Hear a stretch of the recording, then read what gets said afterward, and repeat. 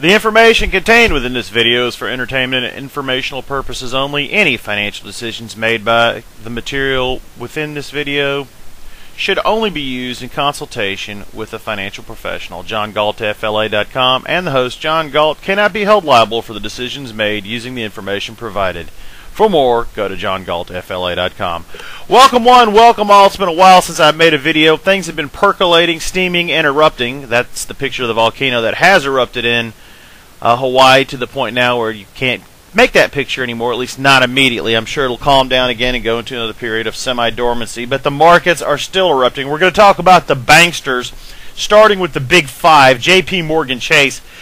It has deteriorated severely. For them, it's a huge breakdown. If you notice the down arrow that I pointed at the top, the 50-day moving average, we're going to study this stock for a minute to give you a future path and course for the market.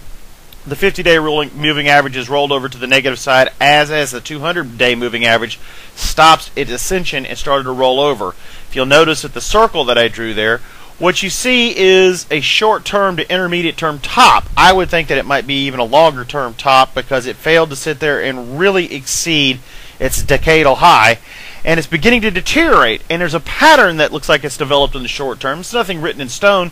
The circle that I placed there, you see the up arrow on the left-hand side, and the circle over it looks like two shoulders, giving you the proverbial head and shoulders formation. Will that hold? Who knows, because we've had a couple of head fakes, but that's usually an indicator of a negative downside target.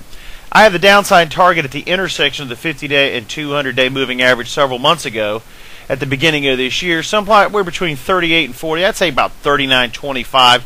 If we break that downside target, the markets will break down completely. JP Morgan is one of your leading stocks. Another one in the danger zone is Wells Fargo. I've highlighted a box there. It has a flat and 200-day declining 50-day moving average. Has been trading below the 200-day moving average. If it breaks anywhere below, say around 25, 26, the market will do the same thing and break severely. But it is a very unhealthy looking chart. The worst chart right now is Goldman Sachs. You had a death cross pattern develop in that. It's the 50 days dove below the 200-day. You had a nice little rebound rally as window dressing occurs at the end of the month, people scooping it up at the bargain.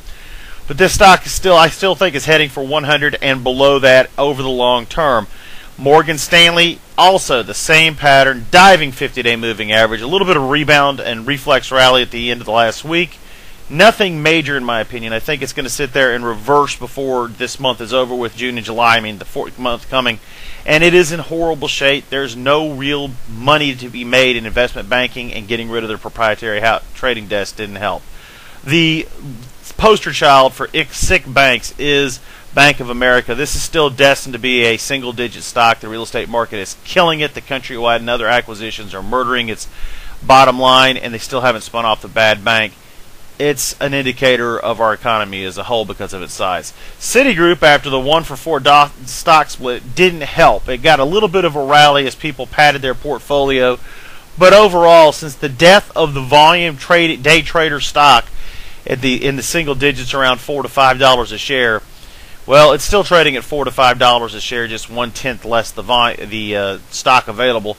It's about to incur a death cross in the next two trading sessions, and as it does, it's simply going to decline and get down below 30 before it's all said and done. And then if it heads back to single digits, it's game over.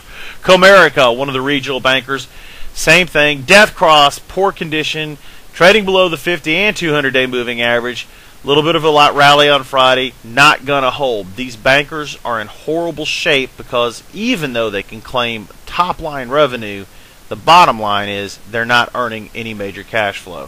Fifth Third Bank, one of the regionals, is a death cross impending. If you look at that area I circled, it is started to break down, and it looks like it's because parts of its portfolio not anticipated to break down in the commercial and residential real estate market is falling apart also. Regions Financial is another one. It's in the danger zone. It's been trading below the 50-day moving average for a long time.